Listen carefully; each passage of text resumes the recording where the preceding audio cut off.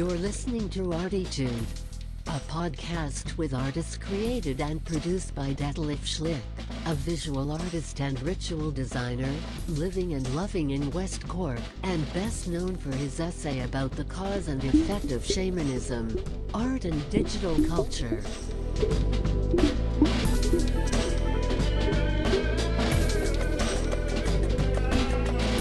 Working in the field of performance, photography, painting, sound, installations, and film, he will dive and discover with us and a weekly creative guest into the unknown and exciting deep ocean of the creative mind.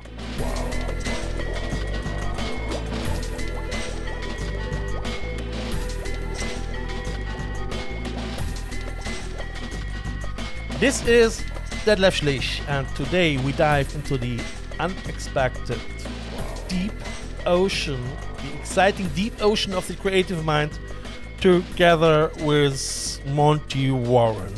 Monty Warren is a rock and roller, solicitor, testimonial solicitor. We will come to that later in the second part, and somehow the recreation of Tom Petty. We're really so happy that we can start with it eventually now. Hi, Monty. Glad to have you here in my show in ArTEEtude. We were working today 6 hours on the technique. Now we're both a little bit exhausted. I was trying to set it up with a new podcast hoster. Which it was a little bit annoying because we couldn't see us and everything. But now we see us and you can see us as well. What is it? Does anybody want to buy this? I'm accepting offers. Y'all have no idea how happy I am to be here and what we do for rock and roll. Yeah, Monty, great to have you here. Hi, where are we now? Actually, you're sitting now in. Well, I am sitting in my studio in West Palm Beach, Florida. West Palm Beach, Florida. Well, great. Hot? Not Palm Beach. West Palm Beach. West Palm Beach, Florida. So West Cork Island now to West Palm Beach, Florida. Great, cool. I'm about 10 miles from Mar-a-Lago. All right. You know what Mar-a-Lago is? I know Margarita. That's where our ex-fearless leader lives. The United States the former big guy, President of the United States. About 10 miles, formally, but not now because it's too hot for him. He'd sweat. The formerly unknown called great. But anyway, so yeah, I'm in West Palm Beach, Florida. Yeah, cool. So so we have, like always, we have 3 parts with Monty, actually 2 parts with Monty, and the third part is together then with Phil Wolf. With actually then in 3 weeks we have Warwolf, and then we might speak a little bit more about the new CD which will come on a later stage. But first of all, wait. Just to correct. We do have CDs, but these days nobody really buys CDs. They can't play them on anything anymore. Yeah, so you just say record. Yeah. All right. The new record. Yeah, and you get as well a vinyl on the later stage as well. So yeah, so we can be excited for the next 3 ArTEEtude shows to have some chat with those guys. And lucky them. Yeah, every Sunday. Every Sunday at 10 o'clock, we start with a new one. This Sunday is the first, so you can listen to it before, in between, or after your mess. Yeah. Question. Yeah. For those of us on the East Coast of the United States, when you say 10 o'clock, what time, our time zone, would they actually tune in to view it? And so are you saying 10 p.m. Ireland time? 10 a.m. Ireland time. That means you're 10 a.m.? Yeah. In the morning? Okay. Yeah. So that would be before the mess. Roughly 5 a.m. 5 a.m. Eastern. Okay. Yeah. Yeah. Right. Yeah. Yeah. Okay, so that way the United States folks, if they are just getting back from a club and they haven't gone to sleep, like this would put them right to sleep. Yeah. It'll work Yeah. great. 5 a.m. If you can't get to sleep, you need something to bring you down. 5 a.m. The next three Sundays. There you go. Yeah, great, cool. Monty. Yes, sir. Like always, we have start with the first part a little bit personally about the person, the musicians or the artist, and about the inspiration and about where you're growing up. First encounter with art, with music, influence of music. How did you get to the brother, father, sister, whatever, you know? So where did you grow up as you started in baby, young boy? So about like if you know what the state of Florida looks like, it kind of looks like I don't know, like a gun. I guess. Yeah, conveniently, the state of Florida looks like a gun, right? Yeah. So the bottom where you would grip the gun. Yeah. So I'm on the east or the right side of the gun right now in West Palm Beach. Well, if you go about 180 miles, I don't know what that is in the metric system, but if you Yeah. go about 180 miles to the west, you'd hit Fort Myers, Florida. And I was born in Fort Myers, Florida, and grew up there until I was about 12, and then moved to North Miami, Florida, this coast, East Coast, and went to high school. And then I went to school in Atlanta and in Buffalo, New York, believe it or not. And then settled in West Palm Beach after I got out of law school. All right. Okay. But when I was So- growing up, I was Yeah. growing up in Fort Myers, and Fort Myers at that time had a population of about, I want to say 20,000 people. Okay, so that's manageable, isn't it? Oh no, it was horrible. Is- It was well, I guess it was manageable for a kid growing up, I guess so, because it wasn't dangerous and it was very safe. Yeah. Very sleepy. Yeah. But it was also very small town. It was like a classically southern small town. So when I was growing up, by the time I was 4 or 5, I was a Beatles fan. My sister was 9 years older than I was. So I still remember watching the Ed Sullivan Show and watching the Beatles come on. All and right. from that moment, I would start to pretend I was a Beatle when I was like 5. And I think I showed you last time when we were talking off the air. I showed you my Beatle bubblegum cards, right? I think so. Remember those Beatle bubble? They were bubblegum cards. You'd go to the store, and we have these little convenience stores, 7-Eleven, and you'd for like, I don't know, 25 cents, they'd give you bubble gum, chewing gum, and then they'd have like these cards, these Beatle cards. In fact, at the break, I'll get a couple and I can show folks. Anyway, when I was 5, I started pretending I was playing guitar and singing "I Want to Hold Your Hand," etc. And my mom was both my parents were not from the South. My father was from Canada. My mom was from Ohio, and they settled in the sleepy southern town after World War II.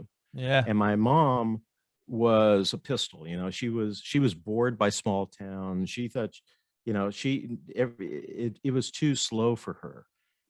And she also was, she was a Yankee, and they were all these Southerners. In the United States, even though the Civil War was long since past, there was a palpable difference in sort of attitude. So anyway, sure. She would tell me that I would be singing like "I Want to Hold Your Hand" on the street corner when I was like 4, and like people would like gather around on the corner, and most of them would be disapproving, like, who is this child's mother to let this child be on the street corner like that? And she would pretend that she didn't know.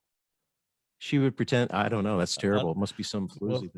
Was she embarrassed? So yeah, but at the very young age, when I would sing, I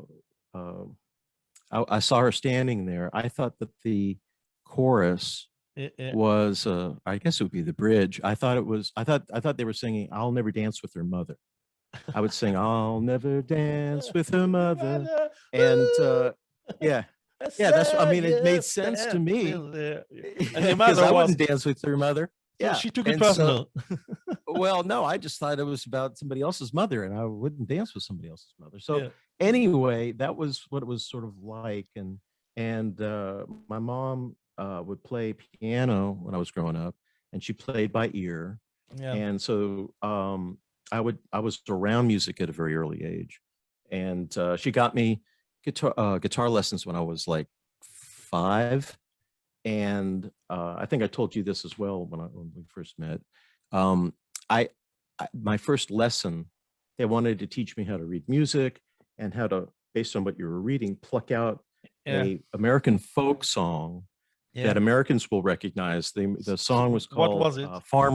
Farmer in the Dell.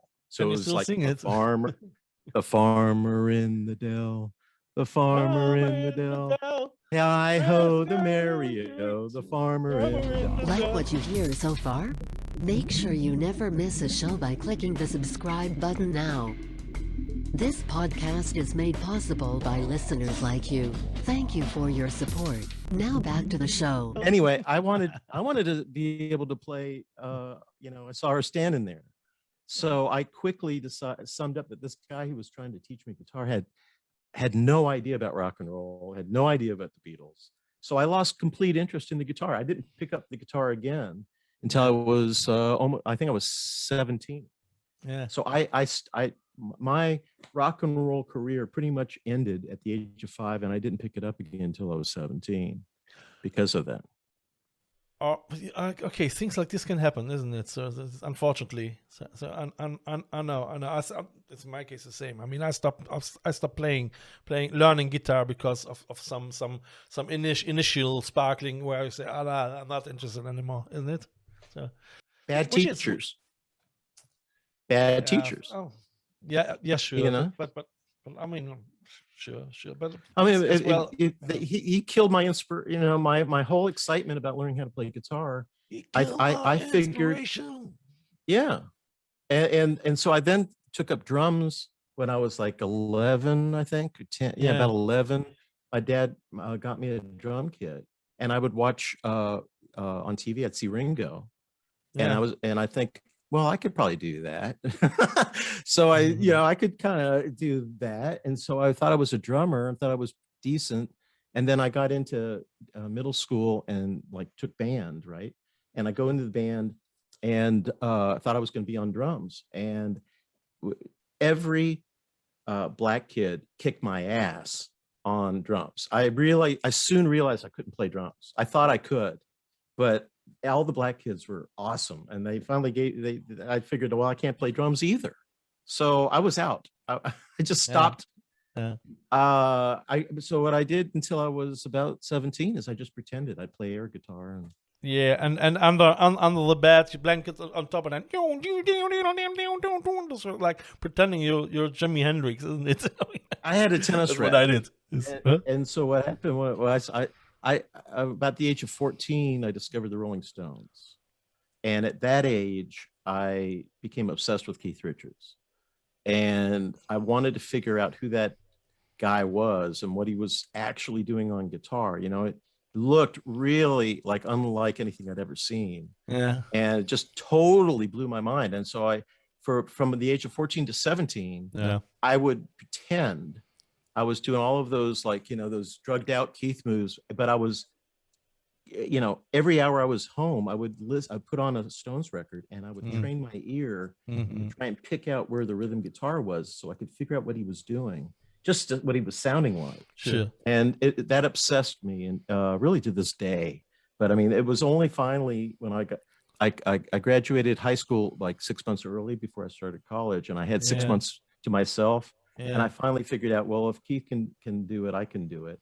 And I got a guitar, and I just kept, listening and taught myself how to play.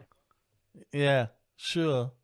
I mean, I'm just wondering. So if you grow up in such a small place, and if I listen now to your songs and to your lyrics, which are quite rebellious somehow, and thought-provoking, and so I wonder.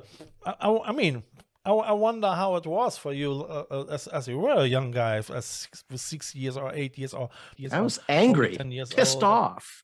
I, I, I was angry. And then, there's clearly bitterness and anger and disappointment, I could imagine that, so I mean, that's perfect. That's the recipe for rock and roll, isn't it? Sure, sure. When I started reading the biographies of other songwriters that I emulated, they had similar upbringings. And I think there's something Yeah. about suffering and being disappointed and having your heart broken early, that then when you discover rock and roll and you can convert that into, it doesn't hurt me anymore. You hurt me, but screw you. That's an infectious attitude. And Yeah. so now, in this era, rap is pretty much that.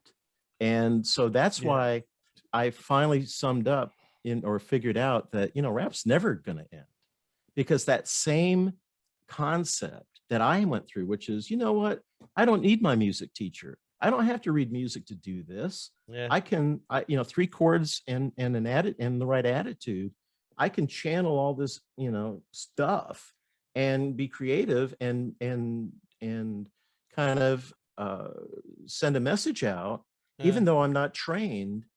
And those kids who do rap, they did it one step beyond that, which is, all I need is a microphone, man. Give me an open mic, and that's all I need. I don't even have to, teach myself guitar.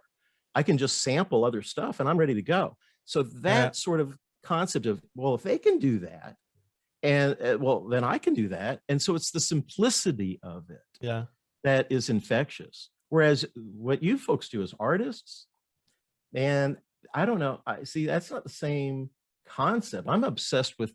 See, it seems to me that you all are gifted. You're just born with that gift. I can't say, hey, if Det can do that art, that create that art, well, then I can. No, that's a special gift. Whereas rock and roll, pop, rap, that's more. I think it's more for everybody, because everyone can feel that they have an outlet. It's more, universalized, where you don't have to be wealthy and have lessons, because that was a lot of the blues players, in America. That was their experience. They didn't have any money to take a lesson, so they had to figure it out. And so they figured out that if they just took a guitar and tuned it to an open E, to an E chord or a D chord, then they could play slide, and they could figure it out. So it's you need to know the tricks, isn't it? I mean, if you once really, but you see, that's the thing. I mean, this was art to a certain extent the same, It is, but that's why I'm thinking about it, is that, see, it's more, I can be inspired and feel like I have an outlet through rock and roll, because it doesn't take a particularly unique gift. It doesn't take a particular upbringing to get lessons. If I have an emotion inside me, I can probably pull this off. Whereas, being an artist, really, I think that you're just gifted and genetically. You probably have. Do you have artists in your family? My mother told me that I had artists in my family, right? Like my grandfather was stainless glass architect and all that, Right, and I've been told that I have musicians in my family. Yeah. So there's I could teach myself by ear. Yeah. Most likely because I had a genetic thing, and you had the gift genetically handed down as an artist. I mean, I used to be singer-songwriter as well, so I switched now later on again more into the artist direction, because of lack of car, of bands, and how difficult this is to right. If you're getting older, to find the right people where you can play together with, what I mean. Yeah, that's the nice thing about technology for musicians, is that now it's caught up. That's great. Great. Rod and I, in fact, when we started, the guys that was moving around in the background, that was Rod Cohen, who engineered and produced the records that Phil and I did. And as long as I have Rod here, between the two of us, we can do an album, and it sounds, like I've got a whole bunch of folks, and it's just us. And Yeah. that's the one good Yeah. thing about technology, that it's finally made it kind of open to people that are that have dysfunctional personalities like me and can't get along with anybody. Dysfunctional personalities. I mean, the other thing is then to reproduce it on stage. No? Well, yeah, but I suppose. Although every time, I don't know. That's a whole other conversation. Yeah. And I know. But I mean, it is great. I mean, I have as well a couple of souls are in my body. I mean, that's the thing. When if I listen to your songs and I mean, Monty, his songs, they are as well. Part of the songs are on YouTube, and normally my talks are so short term that I'm not able to really to research too much into that. But now there was a time lap in between a month or something like this, and I was listening to Monty's first songs whilst I was cooking and all that. So I really Thank you. found the time to listen to it. I must say I liked it. So I was. Thank you. So what did you like about it? What appealed to you? The arrangements, they were very good, I would say. I mean, so I still had the opinion, and I still was guessing that you still try to make a piece of artwork out of every song, So you're thinking about that. How can I get into the song? So how am I gonna do the main part? How I can get out? So it's not now about the singing quality. It's more about the arrangements and it's really it is really how can I say? I mean, the first album is I thought it's somehow quite Tom Petty-like, and then you can listen in the second and the third album. It changed, and it gets already more arrangements, Beatles arrangements, and Traveling Wilburys arrangements. I mean, it's getting more subtle on a later stage. But I must say that I really. Because we were thinking about it, which songs are we gonna play? So when we're gonna have these 3 ArTEEtude things, and I thought, because it is really difficult, and I choose for the first ArTEEtude part. Now I choose Trailer Park Angel from Monty Warren. So I would say, we listen now further all to Trailer Park Angel, and then we're going to talk maybe a couple of minutes about that before we end our show. So, Trailer Park Angel, Monty Warren and the... Well, actually, the first record, this is just a Monty Warren solo album. That's how it... Okay, so Monty Warren solo, Trailer Park Angel.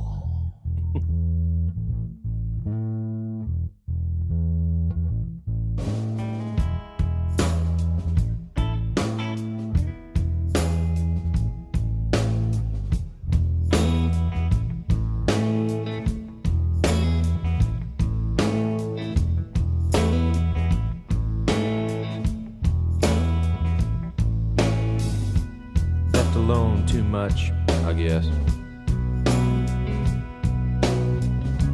Never was one for no party dress,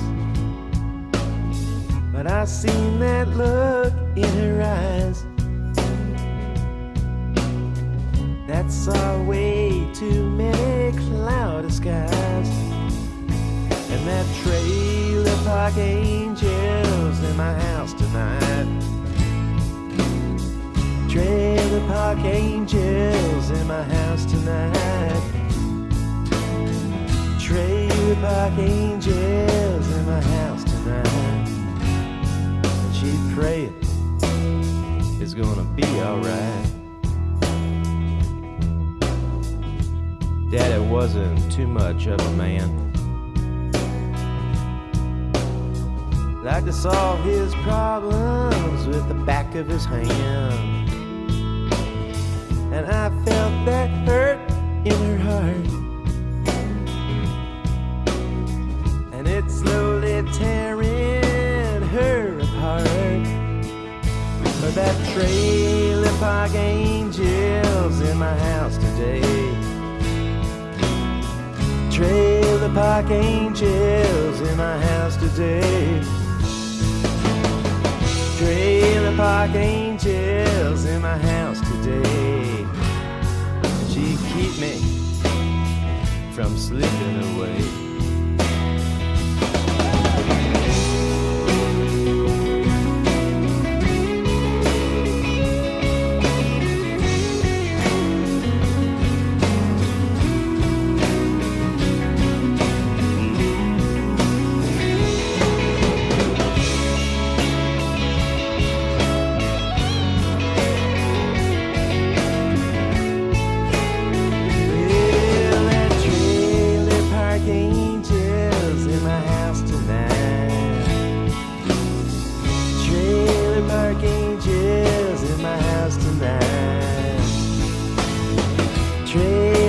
Angels in my house tonight, and we're praying it's gonna be alright.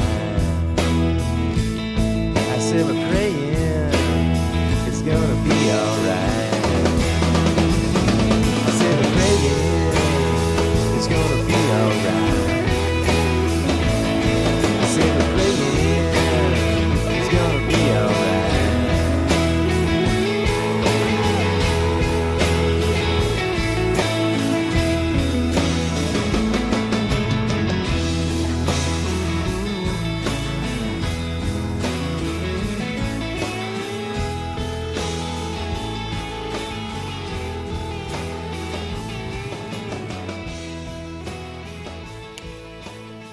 Okay, that was Trailer Park Angel.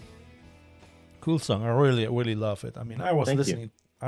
listening to the song, and I was having a beer, I was cooking, and I thought, okay, so the Trailer Park Angels are in my house. It reminded me a little bit from LCD Sound System. They sang so Daft Punk is my house, you know. But it was not Daft Punk. It was not Daft Punk. It was Trailer Park Angels, you know. So I could imagine. Thank you. Okay, Monty had this Trailer Park Angels in his house. You know, what did he with these Trailer Park Angels? And I had to be. I really had my fun with the song. You know, that was. I wrote that on a plane ride. Not in the trailer park. No, I was flying across the United States from Florida with a buddy of mine. We were flying out to San Diego, I want to say, and I think I had business out there, and he wanted to tag along because he does that sort of thing. So he was I want to say he was flying first class, I was flying coach or something. But I brought my guitar with me. Yeah. But I had on the plane ride, I had this idea and I wrote it down, and then when we landed, when I got my guitar, before we got in our vehicle to go to the hotel, I said, wait a second, I gotta see if this will work. And so I wound up, my first run through was at the airport baggage, just to see if this would work, and it did. So that was cool. So that's how that's when I wrote it, and kind of where it came from. And I've written a lot of songs. So sure, can you imagine? Yeah, but how did you get inspired with Trailer Park Angel? I mean, it's very America. It is very. I mean, the people can if they see the promotion what I did for especially the first one. I use a lot of trailers and the trailer parks. I mean, it gives you an inspiration from travelers, from gypsies, from I mean, we have that here as well a lot, you know, and especially America. A lot of people they have to live in trailer parks because they don't have the money for living in a house, you know. So which is very brutal sometimes. This is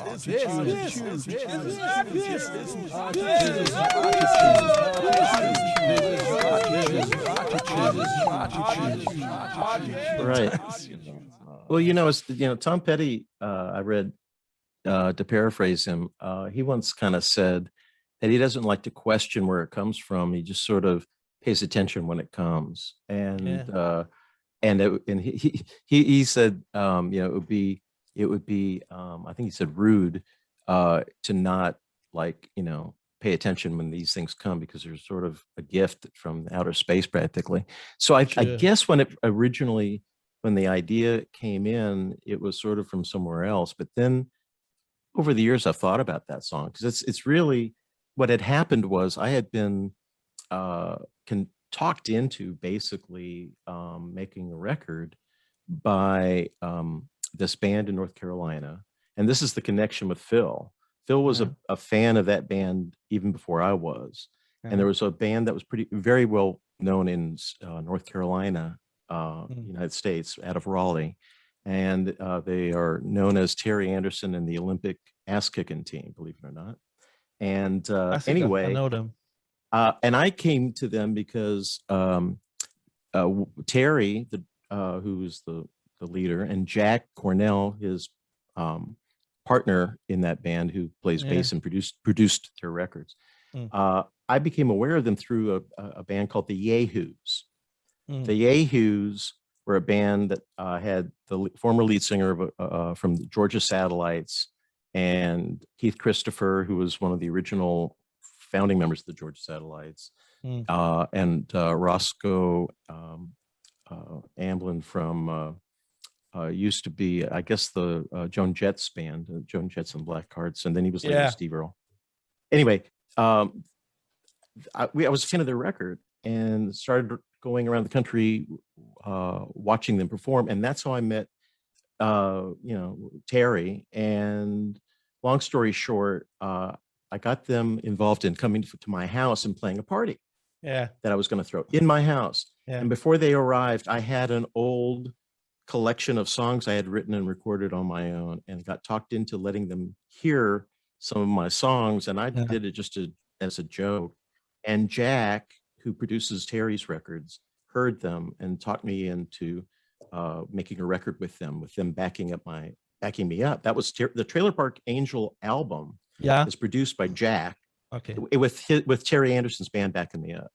And because we got involved in that, they needed new songs, additional songs, and that's when I wrote Trailer Park Angel on the way to San Diego. And